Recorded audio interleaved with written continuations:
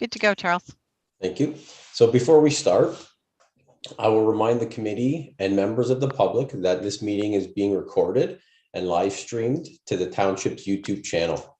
This meeting is being held electronically due to the COVID-19 pandemic.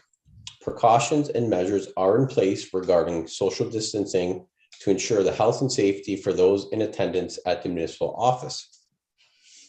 Anyone who is registered to participate in this meeting will be invited to speak in the order of the applications being heard. I will now do a roll call of the committee for the benefit of the public watching this meeting. When I call your name, please wave at your camera and say here or present. I, Charles Zeidler, am present and chairing this meeting.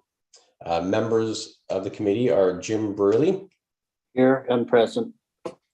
Tim Cronin. I'm here. Linda Dixon. Present. And Hans Potcamper. Present. We have David Gundrum, our planner. Present. And Nancy Thompson, recording secretary. Present. Awesome. So I will now provide an explanation of the procedures for this meeting. Each application will be read by Nancy, and she will ask each applicant to make a brief presentation not to exceed 10 minutes. The committee will be given an opportunity to question the applicant. Any other person who has registered with the recording secretary and is wishing to address an application either for or against will then be given the opportunity to speak. Please make sure you have turned on your microphone and video and identify yourself clearly for the recording secretary. After everyone has had an opportunity to speak, the committee will make a decision on the application. Once discussion on your application is complete, please mute your microphone and turn off your video. You are free to leave the meeting at this time or remain and listen to the balance of the applications. The applicants are advised that each application has a 20-day appeal period as required under the Planning Act. The last day of appeal for the applications heard today is Monday, May 9th, 2022. At this time, I will ask if any members of the committee, if they are declaring a pecuniary conflict of interest with any of these applications today. No. Okay, so we have a no. And then I'll ask Nancy to read the first application, please. Thanks, Charles. The first application this evening is for minor variance application A23-2021 for Lester and Viola Shantz for the property at 1942 Lobsinger Line. The property is zoned agricultural and contains detached dwelling, livestock barn, driving shed, and a cabinetry shop. The application was deferred at the November 15th, 2021 meeting. The applicant has amended their application and is requesting relief from section 6.18.A of the Home Business Tradespersons Regulations to permit the continued operation of a cabinetry shop on a 0.74 hectare agricultural property. Specifically, the following variances are requested. Section 6.18.A 4 to permit one full-time employee, whereas the current regulations do not permit employees other than the owner, operator of the business. And 6.18A 6 to increase the maximum ground floor area for a home business tradesperson use cabinetry shop in an accessory building to the residence from 100 square meters to 211 square meters. And Amanda Stellings and Hugh Handy, as well as the applicants, are here to speak to the application. Amanda or Hugh, I'm not sure which one of you is going to address the application. You can go ahead. Thank you, Nancy. Thank you, Chair Zeidler and members of committee.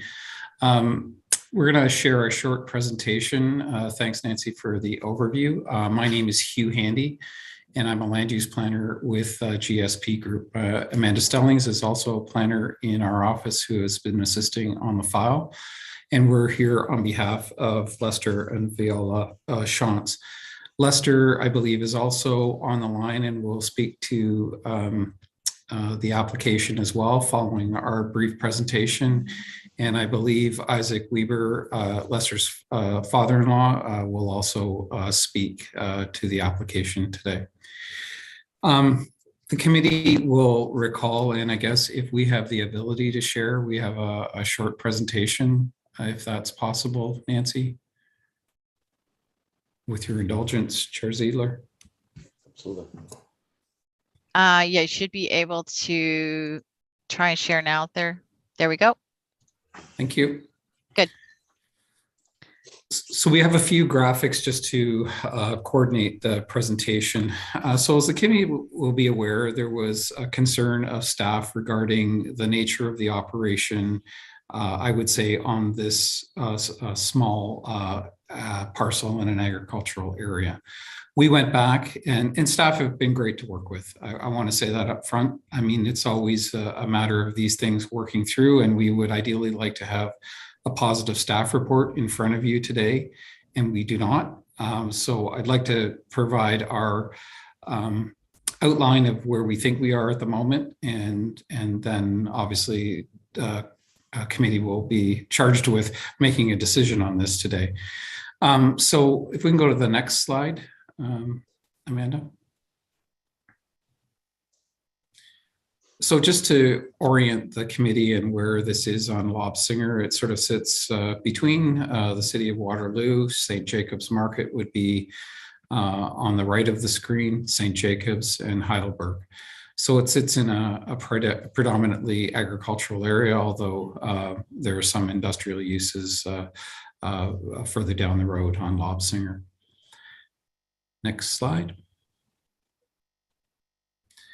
This is the property, which is about 1.85 acres, about 0.75 of an acre. Next slide. This gives us sort of a better idea of what's on the property in terms of buildings. For the, and there will be I'll show you a photo in a second, but the barn and the house sit up close to the road. So those would have been some of the more historical buildings on the property, and then the drive shed sits in behind.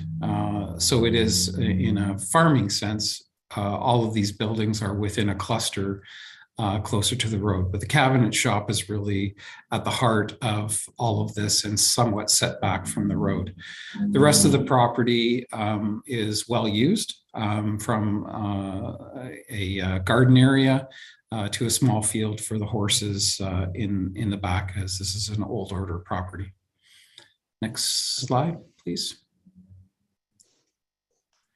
So this gives and I believe this is attached to our sketch in terms of the workshop, just giving a breakdown of the office, the storage area, and workshop. The storage area is almost the same size as the workshop, because as you can appreciate, in building kitchens, they're come in as rough lumber and then are bulkier items, but between 1 to 2 kitchens are produced here a month as part of the facility. And really, when we met with staff, we went back and sort of dissected each part of this operation. There is a small second story that we proposed. It is really just more for mechanical. So most of the workshop is on the main floor with storage outlined in green. So the workshop yellow, office and lunchroom at the front, and then the storage in behind. Next slide. So this really, in our minds, puts this in perspective and shows that, I mean, while the cabinet making shop is on the property, I wouldn't say it's the predominant look from the property. It shows the barn on the right, obviously dwelling on the left, and again, the cabinet making shop. There's a concrete pad and driveway that separates the building, and then that goes back to the drive shed in behind. But from the front, I would say in some ways it's sort of nondescript within the cluster of buildings on the property. Next slide. And also in as part of this, leading up to it, our client and Isaac have canvassed the neighborhood to ensure that the application isn't affecting anyone negatively. I mean, as part of this, we're making a land use planning decision that is based on a review of the application and its context. It does help that there is support within the neighborhood, I believe, just to understand that there's no impacts, outward impacts that have been caused by the operation to date. And this building has existed on the property for a number of years, although we cannot prove that it's a non-conforming use. There was a stop in it, but it has been used over time for different aspects of the Old Order Mennonite community. So in the end, I think we're talking about a scale of use and the potential impacts. In our opinion, the scale is appropriate. We're not talking about a major cabinet making operation as one might find in an industrial park or in an urban area. This is still a craftsman on this property.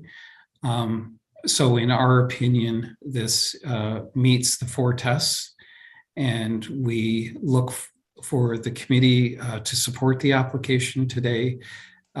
We believe we have made some changes, that we are meeting the parking requirements as recommended, and the increase, as we talked about, from the full-time, 1 additional full-time employee, we believe is reasonable. And with that, subject to any questions we may have, you may have as a committee, we'd be happy to answer those. Thank you. And I don't know whether, Mr. Chair, whether it would be appropriate to allow Lester to talk at the same time and then say questions. I'm in your hands. Mitzi, how did you want to go? I thought I heard Lester say he wanted to talk at the end, but I'm not sure. Yes, I believe that was correct. Hugh, before you had come on, we were chatting with Lester. So Lester and Isaac have asked if they could speak last. If Mr. George Martin, if you had any comments on the application, I believe Chairman Ziegler is opening the floor to comments at this time. Hello, my name is George Martin. I live on the farm adjoining Lester and Viola Shantz on the west side. I've lived here for 40 years and farmed it for 30 years, having passed it on to my son in the past year. I would like to comment in support of this application. In history, this has been an industrial building, very likely built for that purpose. My late father worked there in a buggy shop as a teenager 55 years ago. It is my opinion that because this is an existing operation and the property is still serving the purpose of what it was set up to do many decades ago, that it should be allowed to continue. Lester and Viola are using the full potential of the property for agriculture, and with the shop, they can sustain their family without other employment. The shop does not look big for the property. In fact, the footprint is only equal to 8 parking spaces on a 2-acre lot and is smaller than the agriculture buildings. If the shop is not allowed to supplement the agriculture income on this property, it would basically change it to a residential property with no agriculture at all, as it was for a period before Lester and Viola purchased it. Having neighbors with no agriculture interest is a problem with surrounding normal farming practices. Birthday parties with all your city friends and dust and freshly spread manure do not mix. There are farm fields against the house on one side and against the barn on the other side. I realize this shop does not come up to today's bylaws, but neither would a 2-acre residential lot be allowed on agricultural land today. Buildings on this property have changed very little in the 40 years I have lived beside it. I would like to see it continue as a self-sustaining property, as was likely its original intent. And please take into consideration that all neighbors support the application. Thank you. Thanks, George. Thank you, George. Ammon, you had asked to speak to the application next. Yes. Hello, I'm Ammon Martin, the owner of the property across the road from Lester and Viola.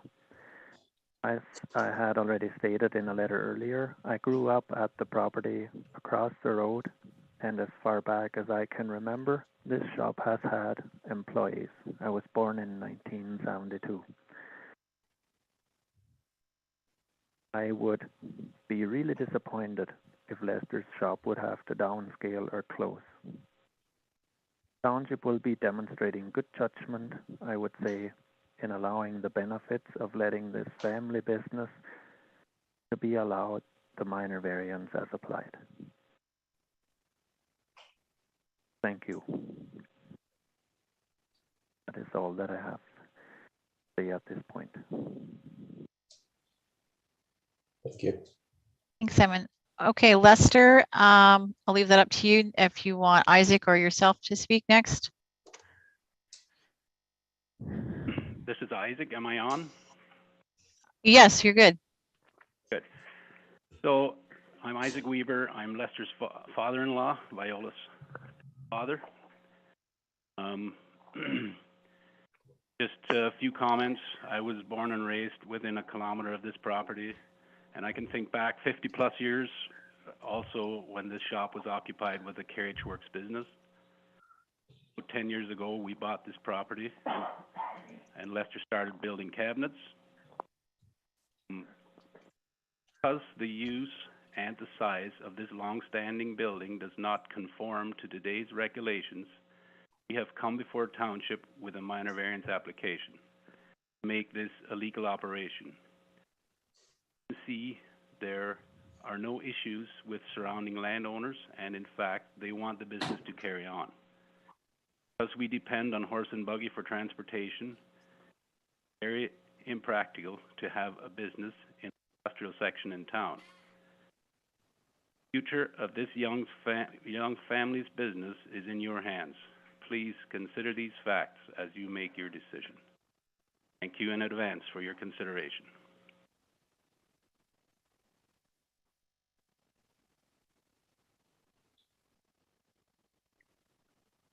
Thanks, Isaac. Okay, Lester, did you want to add a few comments? Yeah, sure. If you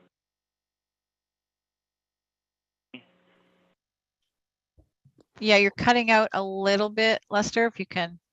I don't. Is that better? That's better. Thank you. Good afternoon, everyone. Just a few comments as well for the committee. I am Lester, the homeowner. I would just like the committee to consider several points. I'm a father of 5 children, which we are raising here at home. Need something in addition to the farming income of this property to support the property and the family. I greatly rely on the shop for this, which was in a very difficult situation. Also, as Isaac said, because we depend on horse and buggy for our transportation, very impractical to our business in an industrial section in town. Yes, the farming end is being used with the livestock in the barn, selling eggs at our doorstep, processing the manure of the barn in compost, which is also here. I do not feel we are taking farmland away from the neighbors in any way, as the property was here and the shop has been on it for a long time. It used to be in compliance when it was up. We are not asking for an expansion, only getting back to compliance what is already here. We were not reported by the neighbors or public. The neighbors are all in support of the shop staying in use, and we voluntarily send our information to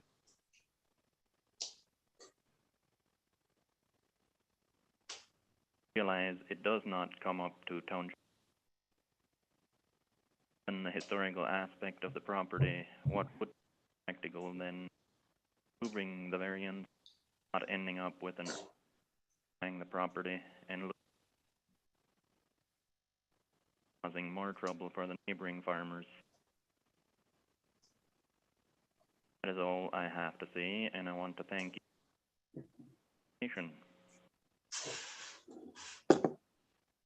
Thanks, Lester. Charles, I believe that's all the individuals that wanted to speak. Excellent. Does any of the committee members have any questions of the applicant? Yes, I do, Charles, through you. Absolutely. I would have a concern as I was out there to see, that is a very, very busy highway. And I also did notice the very narrow entry between the barn and the shop. My concern would be when they get supplies of lumber that would likely come on a very wide transport truck. What impact would that have on the traffic, and how would it be handled to be unloaded?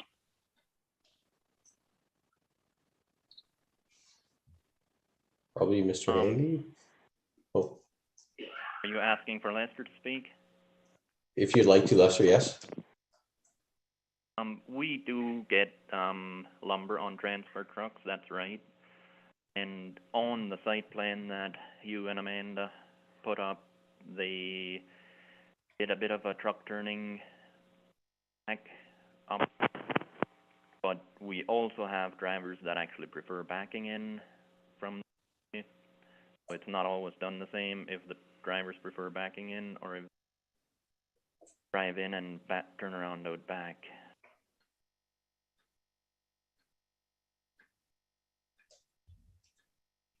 Hugh, you're on mute still.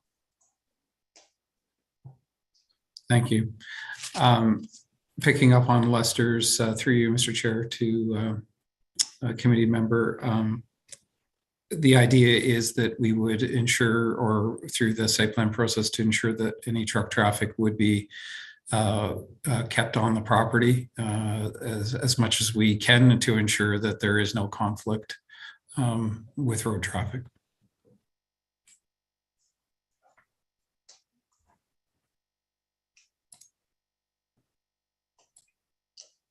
Is that good, Jim? That's fine for now. I do have another question. Absolutely. I did observe where the parking spaces were.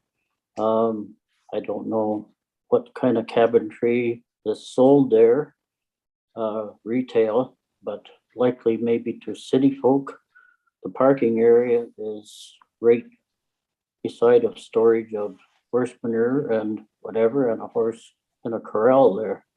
And I don't know if that would be a detriment of a retail business for the type of clientele that they're trying to get to. Could I have an explanation of what that clientele would be?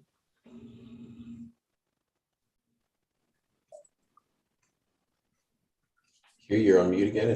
Lester, do you want to take that question in terms of a lot of it is custom cabinetry, and you don't have necessarily a lot of customers coming onto the site, so maybe you could expand on that. Yes, that is as it is. There's not any customers coming in here. I do have some customers coming in. Mostly it's actually the ones that sit. Lester, I wanted to interrupt. Maybe you could speak right in. I'm not sure whether you're on a speakerphone in your office. No, I am on the Okay. line. Okay. Is that better? That's better. Yeah. Thank you. Okay. I was just saying that I do sometimes have a city folk customer here, but mostly it is actually dealers coming in that would be sitting in my office here going over layouts. And also where the parking is marked as of now might not necessarily be where we will end up putting it. We haven't put that much thought into the site plan if where for sure we want to put the parking, but if parking would be there, we would probably not be able to have the manure yard in that area. It's parking there. That help your question? Yes, that did answer my question. Thank you. Great. Any other committee members have any questions? Hans? I have a question for Mr. Gundrum. First of all, can the existing business continue operation if if this application is declined? Through you, Mr. Chair, to address Member Potcamper's question. To answer that, that is correct. If this application were to be declined, it's not to say that the use can't continue. However, it would have to scale back to conform to the maximum floor area requirement of 100 square meters for the use, which would require some adjustment and scaling down of the use as it exists today. So, to answer your question, Member Potcamper, yes, it could continue, but with some required adjustments to its current format. Thank you very much. And Linda, you had a question? Thank you, Mr. Chair. Through you to, I think this question's probably both for Mr. Handy and for Mr. Gundrum. So I just want clarification because I think in the presentation, Mr. Handy noted ground floor area. And in your report, David, you spoke about total floor area being more than the 211. So I'm looking for clarification as to what is it we really want relief for.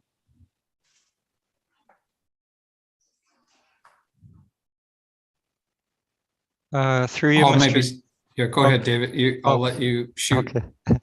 Through you, Mr. Chair, Member Dixon. So to clarify, the zoning bylaw speaks to the maximum requirement of 100 square meters and with respect to total floor area. So it doesn't use the term ground floor area, it's the total floor area of the use. So it doesn't necessarily have to be at ground level. The requested relief in this case is to ask for a maximum of 211 square meters based on the revised plans. So I hope, does that help clarify for you, Member Dixon? Yes, I was just referring back to your report about the 260 numbers. So I just want to be clear what the relief would be for it. I believe Make sure that it met the zoning bylaw requirements if approved. we're really talking about ground floor area as part of the plan, subject to Amanda's any comments on further on that, Amanda? I think that's what we're really talking about. Yeah. Thank you to the chair. Yeah, so the initial application did the measurements based on the outside exterior wall dimensions, which we've now redone to reflect the definition, which is the interior. So that was the one component of the change. With the second floor, there was components of the cabinet making business up there initially, just some storage of small pieces. So they don't need the second floor for storage or cabinet making. There's a dust collector up there, and that's it. So the 211 being the request would be the ground floor area that captures the use. Good, thank you. Thank you everyone for your. You're welcome. Thanks. Any other questions from the committee?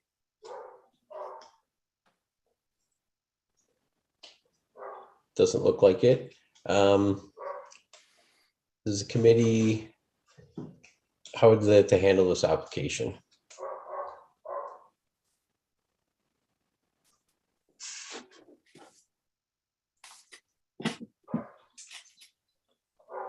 Hans?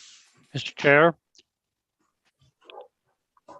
we would like to encourage our local residents to be able to prosper, for lack of a better term, where they are. We have had explanations as to why moving this business into the industrial park doesn't work. And I understand the township's position in having rules that they need to follow.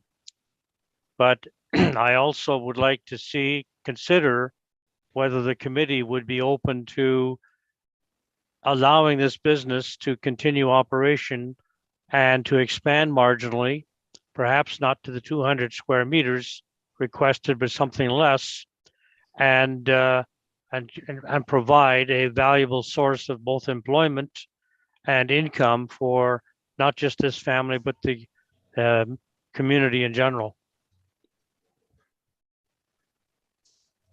Okay. Tim? Thank you, Mr. Chair. I'd like to respond to Hans, and I'm in agreement where Hans is going with this. The reason for it being there and the interruption. It sounds like the legal non-conforming was due to an interruption between a buggy shed and whatever. I'm a little concerned about the area and going on. So I'm in tune with that being additional and with the extra land being used. So I guess maybe I'm asking for a comment from Mr. Gundrum on floor area, a bit of a conflict on this upper floor area and whatever. Is there some number of floor area that would be more acceptable to the township than what you're doing? More than the 100, maybe less than the 211. Have you any comment on that, Mr. Gundrum? Through the chair, Member Cronin, I guess circling back to our report that's before the committee and our recommendations, like we found that the requested relief would result in a tradesperson use on the site that is out of scale with the site. I mean,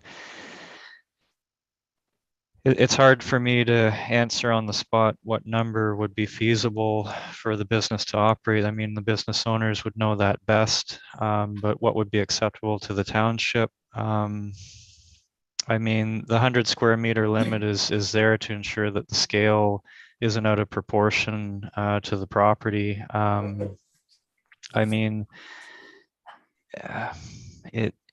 certainly would have to be something less than we're considering tonight.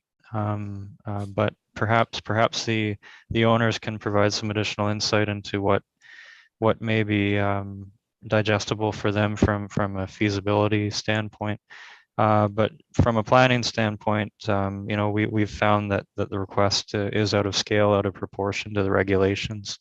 Not to say that something a bit more moderate couldn't be acceptable, but I wouldn't mind if the owners could perhaps weigh in on that as well to fully inform the committee's decision. Thank you, David. I appreciate that. And as per David's request, Mr. Chair, maybe you could have one of the owners or the consultant give us some feedback of like I see one of the units there. It looks to me like the size of a trailer, a travel trailer. So just some comment from size perspective would be appreciated. Mr. Handy or Lester, did you want to handle that question or? I can start. Yeah, I'll let Lester. Lester, go ahead. Lester speaking. I guess with the nature of the business being in kitchen cabinetry, it makes for a bulky storage. That, I guess, is one reason for the needed floor space. That's the reason Hugh put it on the layout like that, how much of it is actually up. So I guess, yeah, with the business and the bulkiness of the product, that's kind of the reason that amount of storage. And although there's only myself as an employer, one full-time employee working here. Yes, and I guess through you, Mr. Chair, I think that's really the balance that we're trying to provide in this application, given the nature of the business. And it's, as a planner, that's usually in terms of scale. I appreciate Mr. Gundrum's. That's what we're always trying to weigh in an application. What is going to be the impact? And to have, and I mean, ultimately, we may need to talk with our clients as well out of this discussion. I don't want to make a decision that's rash if we can't provide all the answers to your questions. But I mean, what we went back and looked at was trying to dissect this operation and looking at how many employees were on here, how much, if you restrict the storage more, does that impact on the safety of the actual shop? And in the yellow area, as I go back to the diagram, making that efficient. If it's restricted, then the storage moves some other place in order for the business to operate. We think, based on the operation, this is not a large use, and I guess that's where maybe I'll stop, and if we can answer more questions. Thank you. Tim, did you have any follow-up for any of that, or? Yes, no, I have no more follow-up. It helps, but doesn't sort of answer. And I'm at the point, I'm with it that I don't want to see increase any more square footage. I'd like to see it reduced from the 211 if they're utilizing some of the upstairs that it is, but I'd like to see the footprint not expand beyond, but at the same point, Oliver Hans was leading us here that keep this operational without getting too big is where I was going with it. So let me mull that over. I think member Linda had a question. So thank you, Mr. Chair. You're welcome. Go ahead, Linda. Not a question, a comment, but I'm not sure if I make a motion that it's going to fly, because hearing some of the committee members are having issues with the size. I think we've talked about it and it's been commented on by the planners, and what it comes down to is scale and our interpretation of scale in this particular case, and whether we feel the scale of one employee and the scale of 211 meters is inappropriate and is not desirable for the use of the land. I have to admit, I'm struggled with this one from the beginning, from the perspective that when I originally did the site visit and looked at it and looked what was being asked for, I had to admit I really did not have a whole lot of concerns with it. It wasn't until the report came in the last time, and then I noted some of the issues that were being requested and from the zoning bylaw. I'm very happy to see what has been asked for, what has been reduced. And from my perspective, as a committee member, I am satisfied with the scale.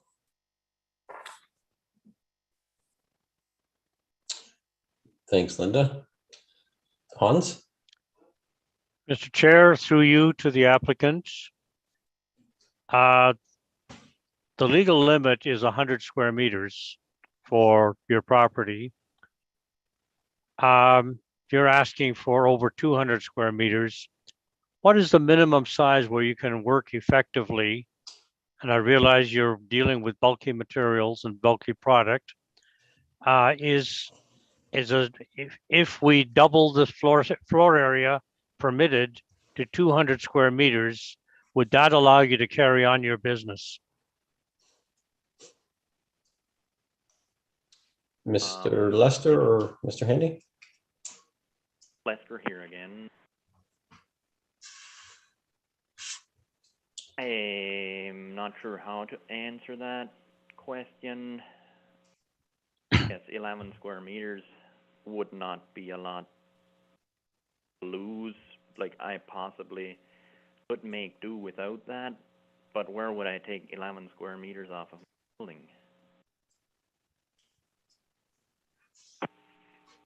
Yeah, I guess, Mr. Chair, to a committee member, the addition, I think, is member Cronin was indicating, the back part is a transport trailer, as really is what that is, finished out on the inside. If I could take you all inside it, well finished, heated, so in any of these things. So I'm not sure where that would be taken off, but I appreciate the comments that you're trying to look for a solution. And I guess the aspect of trying to restrict the ground floor to what it is today is kind of where we were getting at from the number, and showing the committee of storage of materials and storage of final product is really what's maybe driving up the number.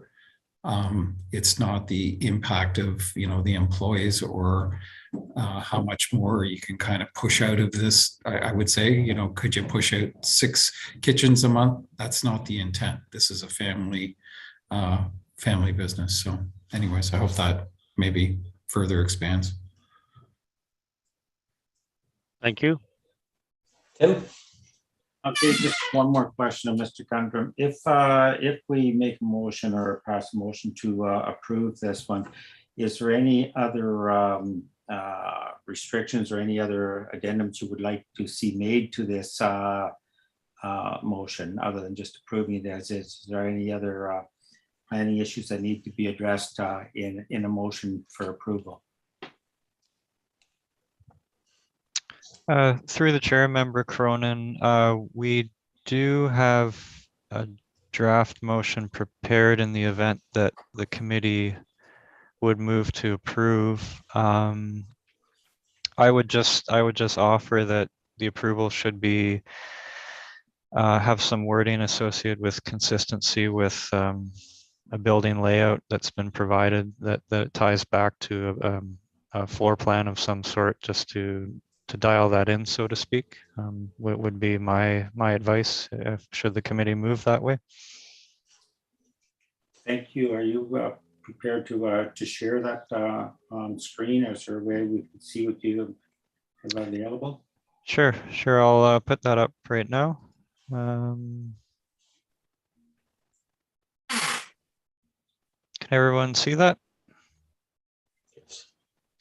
So again, this is draft wording based, and again, this wording is based on the request that the revised request that came forward. The point of relief number 2 regarding the area, it's to permit the 211 square meters. And again, like I said, that wording could be amended to add some text around consistency with submitted floor plan in this case, which isn't present there in the current draft. So.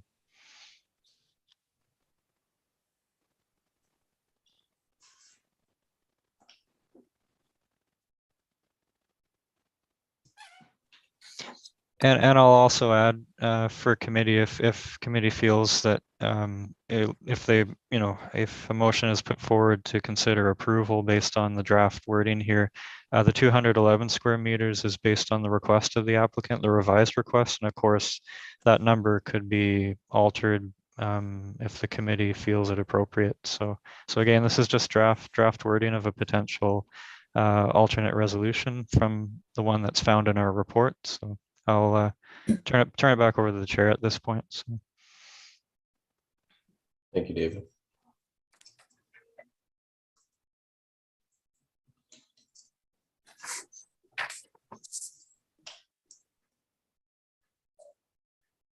I think Tim might be writing something down. We'll give him a couple of minutes. All right, go ahead, Linda. Well, I'm prepared to make a motion. I don't know if Tim's writing a motion over there. Carry on, Linda. Thank you.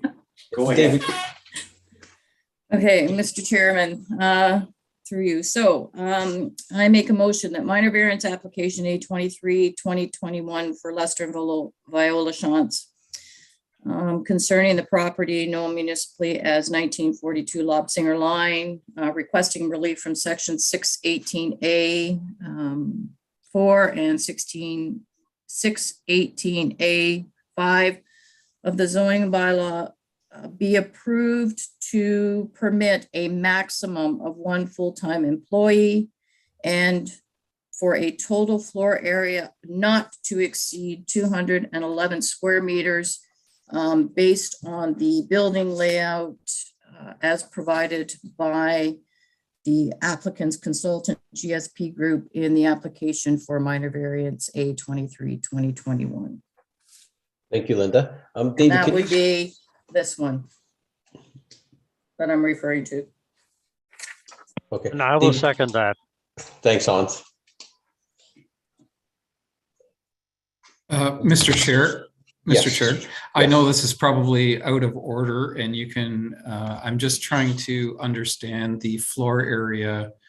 I know Mr. Gundrum had talked about floor area previously being all levels. So I look I wanted to clarify that in terms of the 211 is the main floor, is the floor that I believe Member Dixon had put up.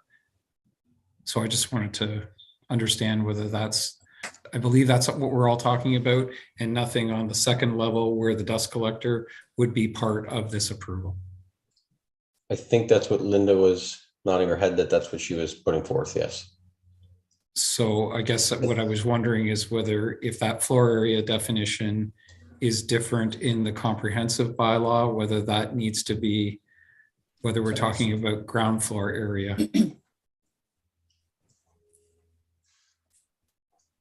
And again, my apologies. I just want to make sure that. Well, that's what I was trying to get at before, Hugh. So I think it's, sorry, Mr. Handy.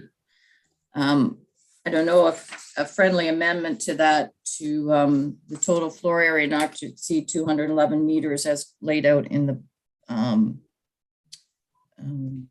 January 31st, 2022 sketch by GSP to Group. include only the ground floor area. I know the bylaw talks about total, so we've got to look at that in our decision. But if we amend the approval to be the 211 total floor area, which would encompass just ground floor area for the build, for the purposes of the woodworking shop. So it sounds like that doesn't include the second floor. You're saying 211 for the ground floor. The area of operation, I guess. Yeah. Okay. And Hans, you seconded that. Is that what you seconded as well, or? That was my understanding at the time I seconded. So yes, I continue to second. Okay. And then we'll have a vote for a show of hands. All those in favor? That's everyone. So the motion is passed. Just want to remind the applicant that the last day of the appeal expires on May 9th, 2022. And you can, if you can please mute your microphone and turn off your video, that'd be great. Thank you. Thank you. Sorry, I'm going on mute for a second.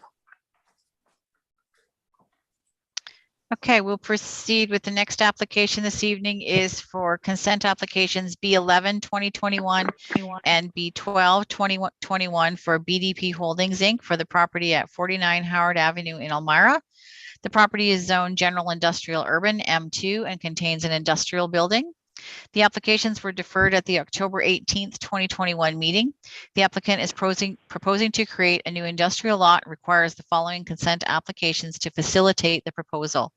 Application B11 2021 to sever an irregular shaped parcel of land being approximately 0.63 hectares in area from the lands located at 49 Howard Avenue, Elmira. The proposed severed lands are currently vacant. The proposed retained lands are approximately 4.07 hectares in area and contain an existing industrial building. Application B12 2021 to grant a blanket easement to allow stormwater overland flow from the proposed retained lands to continue flowing into the existing stormwater management pond on the proposed severed lands. The proposal will permit the future construction of a new industrial building on the proposed severed lands in accordance with the zoning provisions. And again, Mr. Handy and Ms. Stellings are here to speak to the application as well as the applicant. Excellent. So if you guys, somebody wanted to give us a. Again. Oh, thank you. I can hear it.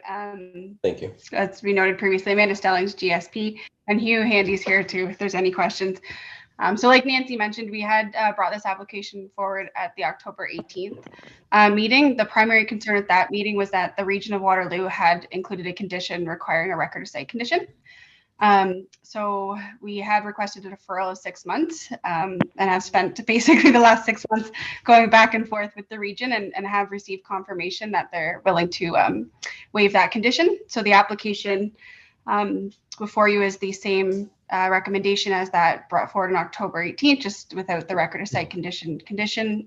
We reviewed it and we are supportive of the report and recommendations, and are here if you have any questions about the application. Thank you. Thank you. Mr. Handy, do you have anything to add? Or I see there's BDP on the line as well. Any further comments? Yes, I have no further comments, Mr. Chair. Thank you. And this is Dave Johnson of BDP. I do not either. Okay, excellent. Thank you. Any committee members have any questions of the applicant?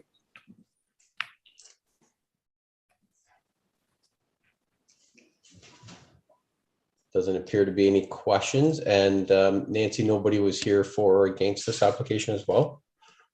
Correct, Charles. There are no additional parties for this application.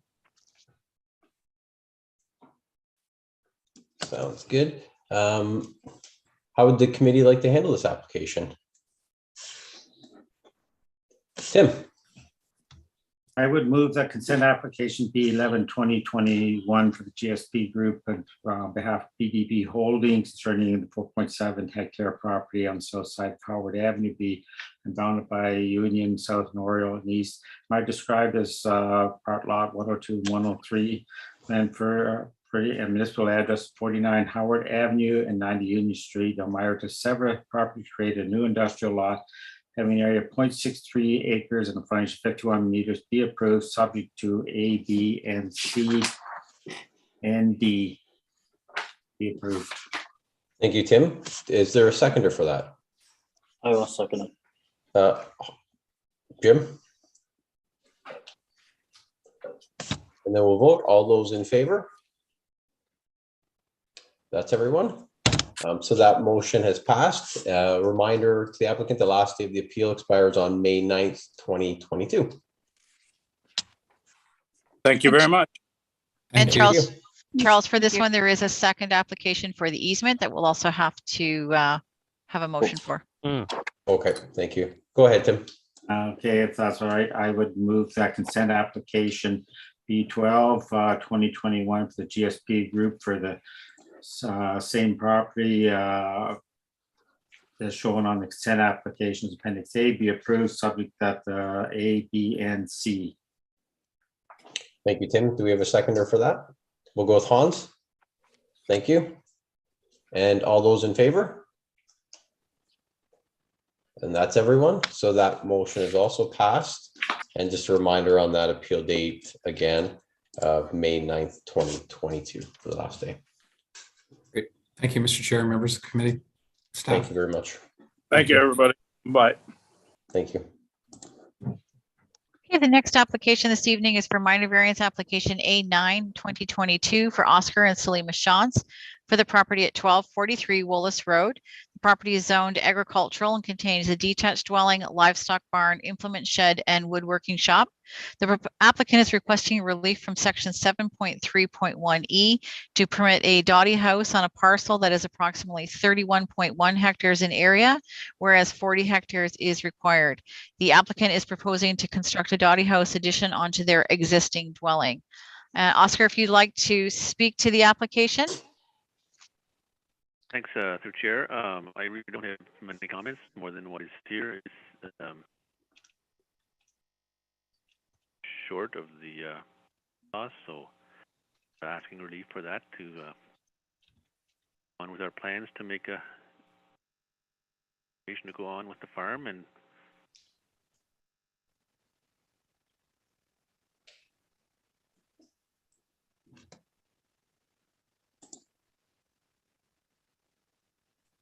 Oh. Sorry, I think we're having a little trouble hearing if you're still talking. Yeah, Oscar, sorry, Oscar, I think we cut out just at the end there. oh, okay. Can you hear me? Yeah, that's better. You had just noted something about going on with the farm family. Oh, yeah. Yeah, I'd just like to have consideration for the young generation to go on with the farm and stay here on farm and help them along as I can. Thank you. Thank you, Oscar. Do any committee members have any questions of the applicant?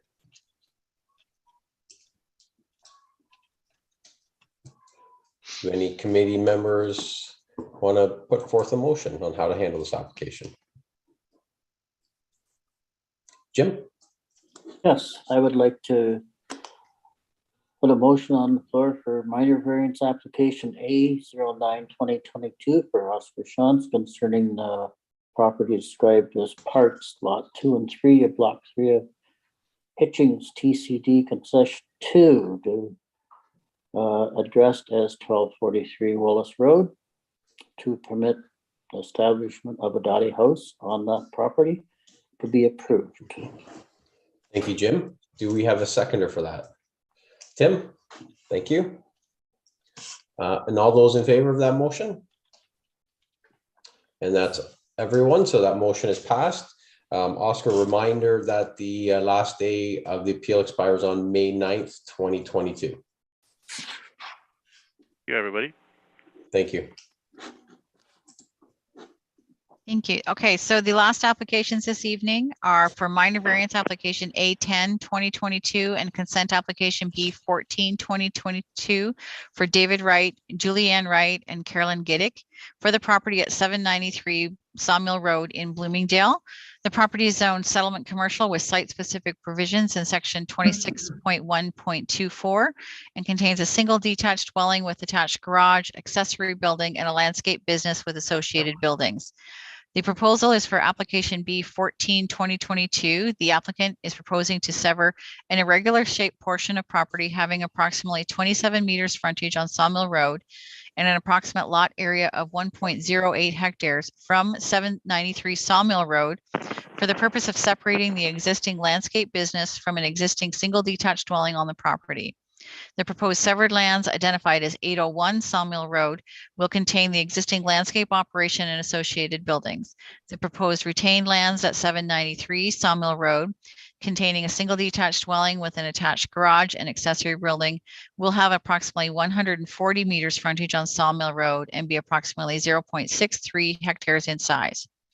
Minor variance application A10-2022, subject to approval of the above noted consent application, the proposed severed lands at 801 Sawmill Road will require a variance to section 18.3.2 to reduce the required lot width from 30 meters to approximately 27 meters for a lot that is not connected to full municipal services.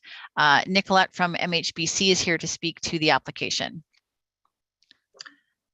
Good evening, everyone. My name is Nicolette Van Oyen. I'm with MHBC Planning, and I'm here this evening on behalf of our client, David Wright. The applicant in this case, as Nancy has thoroughly gone through, is requesting permission to create a new lot. It's to recognize an existing situation in which will have the effect of basically separating out an existing landscape business from an existing residence. The minor variance is to reduce the lot width on the severed lands in order to recognize the existence of a garden on the retained portion of the lands.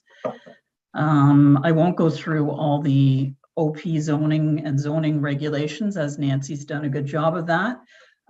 So we are in agreement with the staff recommendation, and thank staff for working through this with us. I just have a couple of minor comments relating to some of the conditions.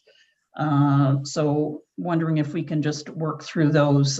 Condition 2 requires the payment of parkland dedication for the severed lands, and we're respectively requesting that condition be waived. We're recognizing an existing condition here. There's no development occurring, so we're respectfully requesting that no parkland dedication be applied to this application. So that's condition 2. I don't know, there's a couple of other conditions that I just want to make some comments about and asking for some clarification on. Do you want me to run through them all first and then we go back and address each one? I think that's probably good. Okay. Then the other condition, condition 5, is requesting that prior to final approval, the owner applicant submit a septic system design for the property at 801 Sawmill. So that is the severed portion, which is the landscape business. There is an existing septic system. It's shown on the severance sketch. So there's no plan to have that removed or a new system put in. So I'm just wondering if that, and there is a qualification in there that says that if necessary. So I'm just wondering if that can be removed or if. Nicoletta, it looks Linda has a question. Okay. Well, I thank you for raising that question, because actually looking at the site sketch, I was going to actually raise in my comments, is there a septic system on the lands to be severed? I see the well, but I apologize, I do not see anything that shows a septic system on the lands to be severed. I clearly see it on the retained lands, but I don't see it. So if there is one, I think I agree, it's probably not necessary if you have one, but it's not clear to me on the sketch where it is. So thank you for pointing that out. Nicoletta, if you can just, David looks like he wants to say something, maybe he can address that. Yeah, thanks, Chair Zeiler. Just through the chair, Member Dixon, the site plan that was on the notice, the package that went to committee, on that drawing, where it says 1-story metal clad building number 108, that text actually overlays the location of where the septic bed is shown on the severance sketch. So our apologies for that confusion, but that's where the septic is located. Very good, thank you. Thank you, David. So that answers, that's good, Linda? Okay. So Nicoletta, if you wanted to continue on. Okay, so, and then down to condition 11, there is a requirement that the owner submit a record of site condition for the severed lands, or alternative, we've got an option A or option B. We would like to remove option A, or just be certain that we can for sure just go with option B, which will only be required prior to building permit stage, which we understand that would be a requirement. So just if quickly, we can just remove section A altogether, that would satisfy us. I'm not sure if David can comment on that. David? Yeah, thank you. Through the chair, just to comment on Ms. Van Ooyen's request for that. That condition flows through from requests from the Regional Waterloo planning staff.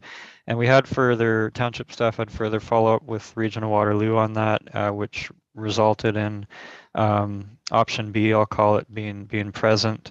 Understanding that there is no plan for any immediate future development should the severance be approved. So the region was of the opinion that requirement for record of site condition could be moved to the building permit stage if any development were to occur, which we're not aware that there's any proposal for that. But again, this condition is in there at the request of the region, and I don't want to speak any further for regional staff to this point. So that's just to clarify why that's there, and some further discussion that occurred to kind of shape and mold what you see before you in the report. So.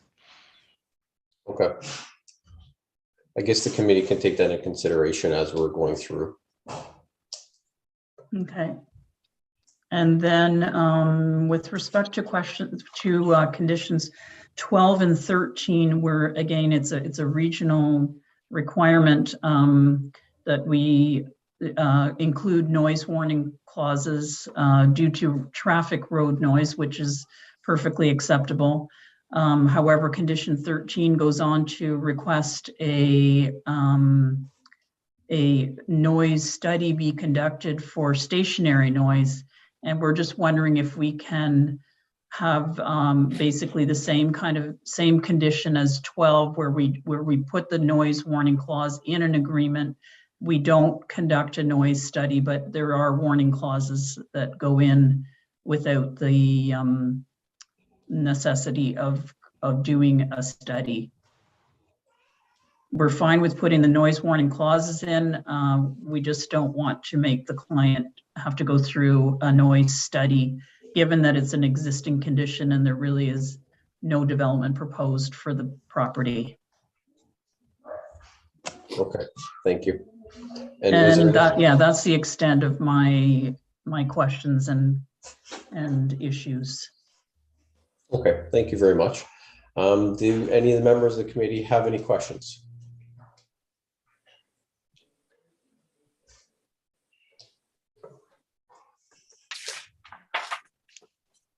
Linda, go ahead. So I'm just going back to that one too, because I remember reading something. So I'm looking at page, Mr. Chairman, through you to David. David, I'm looking at page 7 of your report on this application. If I've got it correct. Third paragraph down, where you note, in lieu of an environmental noise study shall include a provision for a noise warning clause. So is that considered separate from the stationary noise study? Through the chair, member Dixon, that is correct. So the region wanted to see the noise warning clause, as Ms. Van Ooyen pointed out, with respect to the roadway, and then they had additional concern requesting for the stationary study due to the fact that you would have sensitive residential use on a separate new lot, adjacent to a separate new lot containing a commercial use that could cause that. Because of the new tenures that would be involved, the region was looking to request that as a separate matter to be addressed. So does that answer your question, member Dixon? Okay. Thank you, David. Is there any other questions from the committee of the applicant?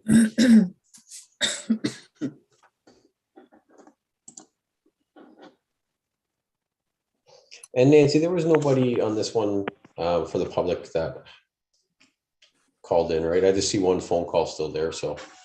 Yeah, correct. That is one from an earlier portion. Perfect. So no members from the public here. Okay, and how would the committee like to handle this application? Tim? I have another question. Go back to what they asked for planning staff for David, if you don't mind.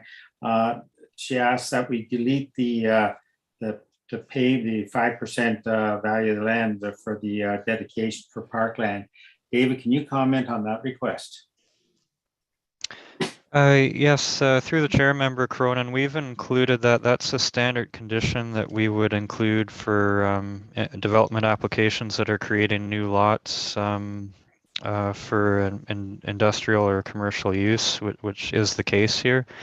So it's a standard condition that we would see that's compelled through the Planning Act here. So.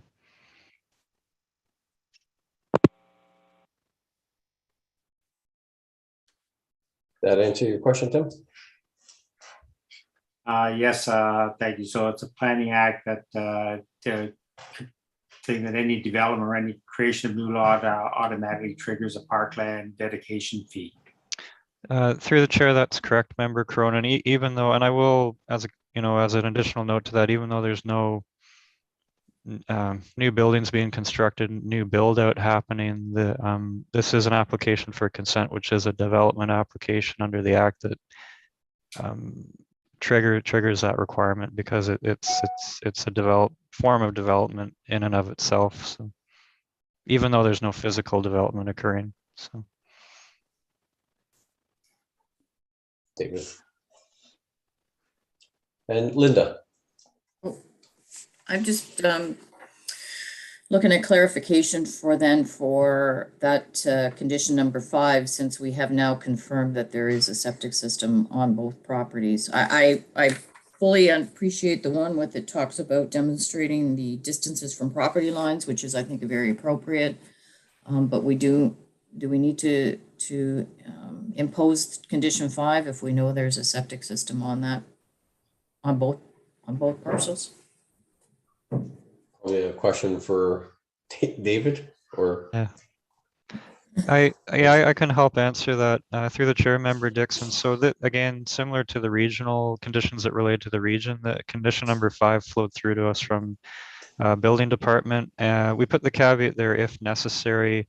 My understanding is that the intent behind this condition that flowed through from their comments is the building department has an opportunity to review that the septic system is appropriate if they need to perform that review. So again, we've added the wording here if necessary, not to say that they would be compelled to do what's written here, but building department wanted to see this included just as an additional check aside from the distance requirement. So just to clarify, they are aware that both parcels have septic systems and they've added that condition in.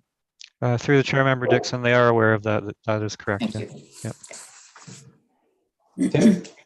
Okay, just to add to that confusion, if necessary, what makes it necessary and who decides if it's necessary? Through the chair, member Cronin, that would be at the discretion of the chief building official, is my understanding. Hans, you had a question earlier, I thought. Yes, I'm wondering about the parkland dedication. Since no new houses are being built here, we're dealing with an existing house that's probably well over 100 years old and an existing business. And is that parkland dedication fee appropriate?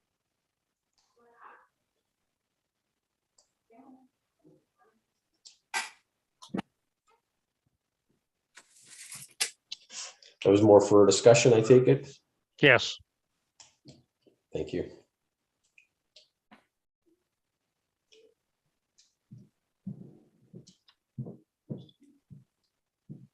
David.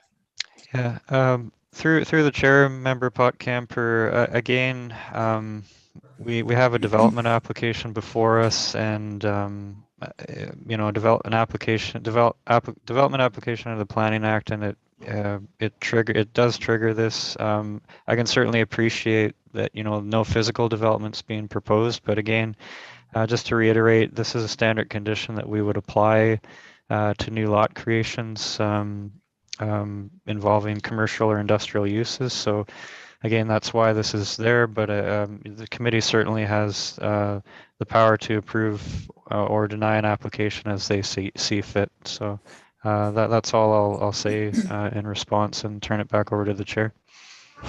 Thank you. David. Thank you, Hans. Yep. And then is there any member that, how would we like to handle this application?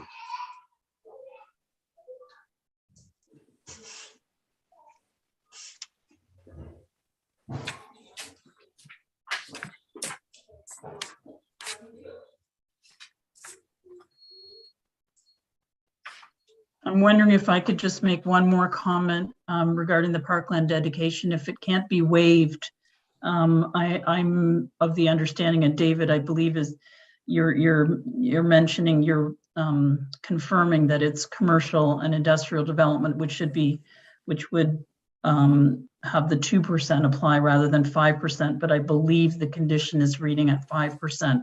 So at the very least, if we can have it reduced to the 2%, I think that would more accurately reflect what's happening. But obviously, we feel it's an onerous request for something for development that isn't really happening, and it's an existing condition. So just wanted to reiterate that. Thank you. Go ahead, David. I guess, yeah, through the chair, I would say that given the nature of the site, it would be reasonable. There is that flexibility under the Planning Act to differentiate between 2% and 5% based on the type of development present. So I'll just leave it at that for the committee's consideration. Thank you, David.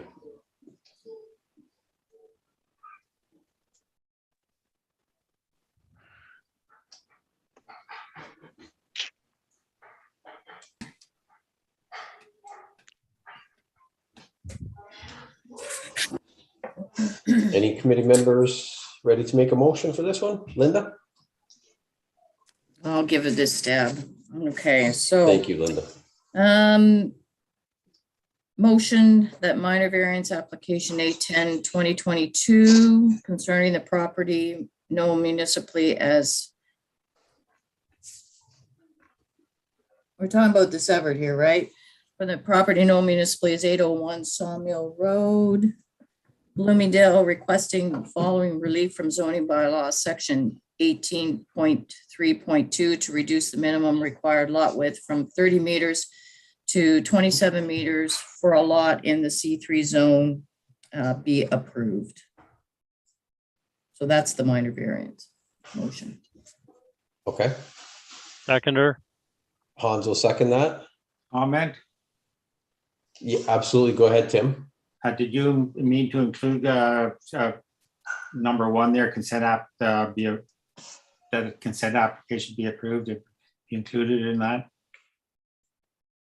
Nancy? All I'm doing right now is the motion for the minor variance. I'm not doing the motion for the consent, Tim. Minor variance in number one under it? Oh, that the consent application be approved. Thank you for that friendly amendment. Yes. Okay, so do we have a seconder on the, with the Hans? And then all in favor of that one? And that's everyone. So that motion has been passed. I'll remind Nicolette that last day of appeal expires on May 9th, 2022 for that one. And then Linda, did you want to do the second one? Sure. So the consent application B14 2022 for the property known municipally as 801 Sawmill Road in Bloomingdale to sever a new lot in the C3 zone having an area of approximately 1.08 hectares and a frontage of approximately 27 meters containing an existing landscape business and associated buildings be approved, subject to condition 1, 3, 4, 5, 6, 7, 8, 9, 10 is set out in the report.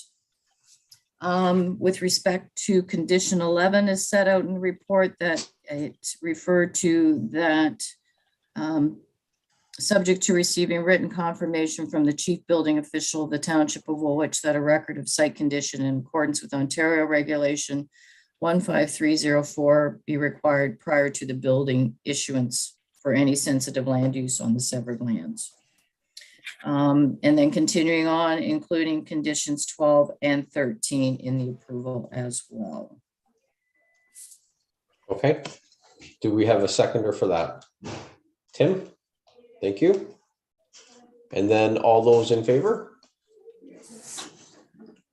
Okay, so that's everyone. So that's passed as of that. And again, Nicoletta, the last day of the appeal expires on May 9th, 2022. Thank you very much, everyone. Thank you for your time. Have a good evening. Thank you, you as well. Okay, and then I guess, are we doing the approval of the minutes? Mm-hmm. So all the committee members had an opportunity to review the minutes as circulated for the previous meeting held on March 15, 2022. And are there any changes required on that?